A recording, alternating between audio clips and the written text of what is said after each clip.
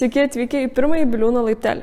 Šiandien su mumis yra mūsų pirmasis pašnekovas, Dautartas. Ar galėtum biškį papasakoti apie save? Lankau karatė 12 metų. Esu dabar 12-okas. Labai nelaukiu egzaminų. Kaip 12-okas, žinoma, tuoj baigsiu mokyklą. Tai koks tavo didžiausias tikslas po mokyklos baigimo?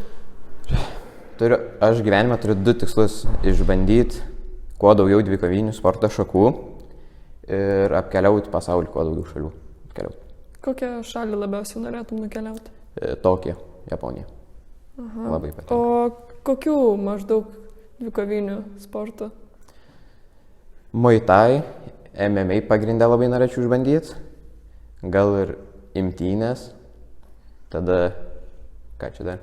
Karatė dar porą šakų norėčiau išbandyti, tai godzirių toks yra ir viskas. Skamba įdomiai.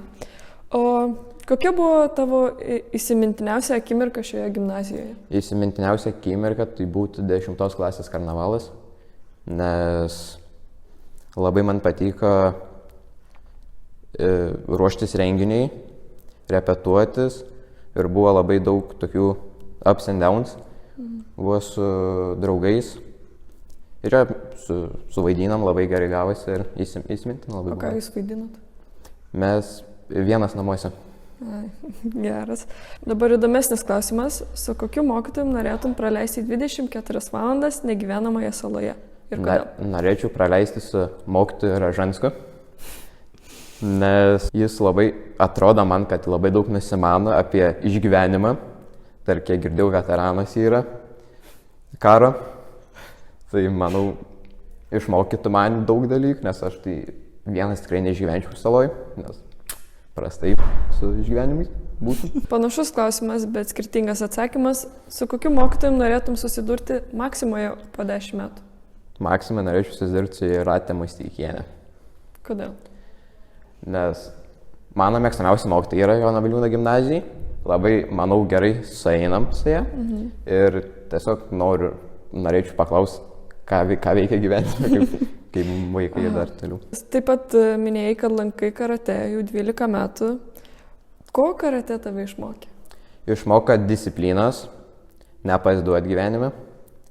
Nors pamokose aš to nelabai naudoju, dažniausiai pasiduodu, ypač per kokį lietuvių.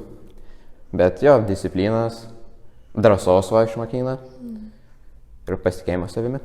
Ar buvo tokių momentų, kai galvojai, kad nebenori lankyti karatė?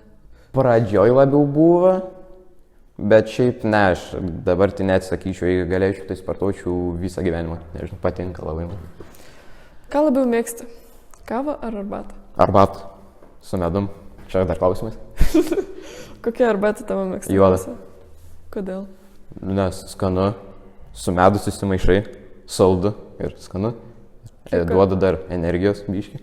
Jeigu būtum pamoka, kokia pamoka tu būtum? Kūno kultūra. Nes stiprus fiziškai, emociškai nelabai, nežinau.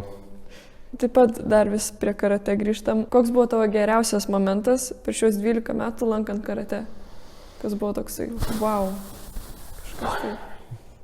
Geriausias tai buvo 22 metų varžybos, manau. Jaunių varžybas, kur sudalyvavau ir buvau kandidatas į Lietuvos rinktinę. Buvo ir stovyklas, tai man labai daug ką išmokina ta stovykla. Daug kruopų prasileidau, bet išmokina ir tas įsimintiniausias buvo. Gerai. O kokia daina geriausiai tave apibūdina? Geriausia daina būtų Don't Worry, Be Happy. Daina. Kodėl taip manai? Nes aš manau, nes to dainoje yra pasakyta, nors ir, aš savo žodžiais pasakysiu, tai nesvarbu, ar ten labai toks nusiminęs arba tau kažkokias gyvenimo problemas yra, turi niekados nesustot smilint, šypsotis ir laikyti pozityvą. Aha, labai graži mintis. Ir kaip paskutinį klausimą užbaigti mūsų interviu, ko norėtum palinkėti Biliūnkės bendruomeniai? Biliūnkės bendruomeniai norėčiau palinkėti sėkmės ateities 9-okais. Gerai.